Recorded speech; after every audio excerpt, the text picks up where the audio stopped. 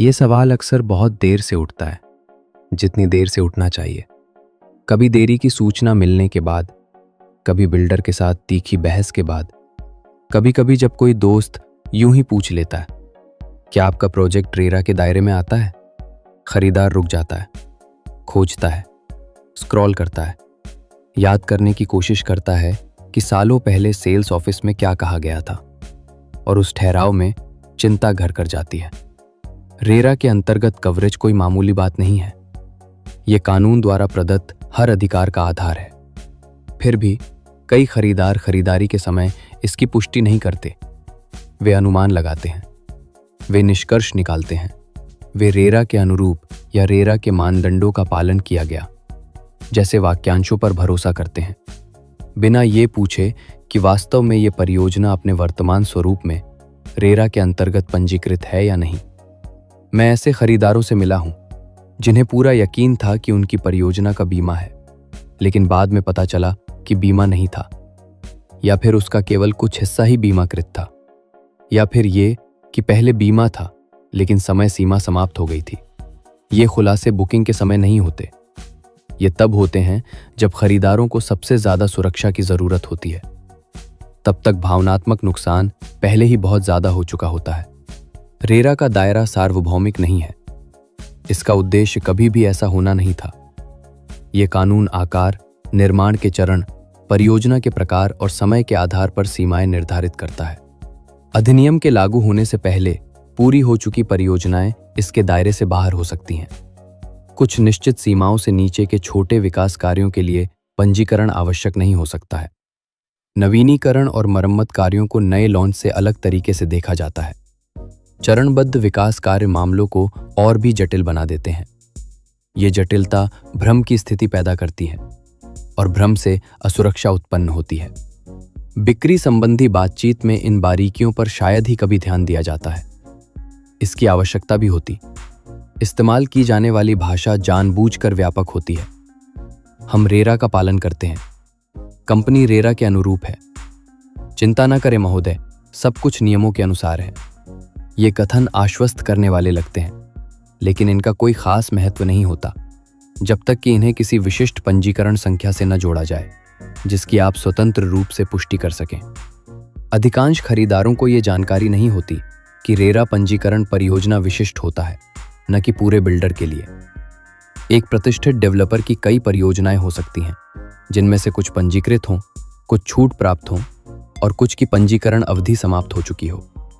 आपके अधिकार ब्रांड पर नहीं, बल्कि उस परियोजना की स्थिति पर निर्भर करते हैं जिसमें आप निवेश कर रहे हैं। यहां तक कि एक ही परियोजना के भीतर भी विभिन्न चरणों की पंजीकरण स्थिति भिन्न हो सकती है। एक बार मेरी एक ऐसे खरीदार से बात हुई जिसने एक बड़ी टाउनशिप के दूसरे चरण में बुकिंग कराई थी। पहला चरण पंजीकृत हो चुका था। बिल्डर ने कहा कि दूसरा चरण प्रक्रियाधीन है। कई साल बाद जब देरी बढ़ती गई तो खरीदार ने प्राधिकरण से संपर्क करने की कोशिश की, लेकिन उसे बताया गया कि जिस चरण में उसने बुकिंग कराई थी वो कभी पंजीकृत ही नहीं हुआ था। उसकी सारी उम्मीदें पल भर में टूट गईं।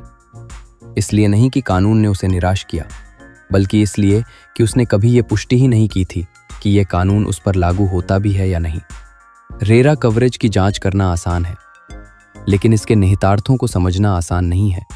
पंजीकरण से यह पता चलता है कि कुछ जानकारियां दी गई हैं। भूमि की स्थिति, स्वीकृतियां, समय सीमा, स्वीकृत योजनाएं। इससे यह भी पता चलता है कि बिल्डर उस परियोजना के लिए अधिनियम के अंतर्गत आने के लिए सहमत हो गया है। लेकिन इससे यह गारंटी नहीं मिलती कि परियोजना पूरी हो जाएगी या विवादों का समाधान आसानी से हो जाएगा। इससे यह पता चलता है कि यदि कुछ गड़बड़ होती है तो आपकी क्या स्थिति होगी। वैधता का मुद्दा भी है। रेरा पंजीकरण स्थायी नहीं होता। यह घोषित समय सीमा से जुड़ा होता है। यदि समय सीमा बिना विस्तार के समाप्त हो जाती है तो परियोजना की स्थिति बदल जाती है। जो खरीदार इस पर ध्यान नहीं देते वे मान लेते हैं कि सुरक्षा स्वतः जारी रहेगी। ऐसा नहीं है। जागरूकता बनाए रखना आवश्यक है।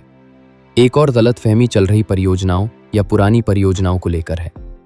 कई खरीदारों का मानना है कि अगर रेरा लागू होने के समय निर्माण कार्य चल रहा था तो परियोजना इसके अंतर्गत अवश्य ही आएगी। ये अक्सर सच होता है, लेकिन हमेशा नहीं। कुछ छूटें भी मौजूद हैं। कुछ बिल्डरों ने लगभग पूरी हो चुकी परियोजनाओं को पंजीकृत नहीं। इस मामले को और भी दुखद बनाने वाली बात यह है कि खरीदारों को अक्सर बीमा कवरेज न होने की जानकारी तभी मिलती है जब वे शिकायत दर्ज कराने की कोशिश करते हैं। वे उम्मीद के साथ, दस्तावेजों के साथ प्राधिकरण के पास जाते हैं, लेकिन उन्हें बताया जाता है कि उनका मामला अधिकार क्षेत्र से बाहर है।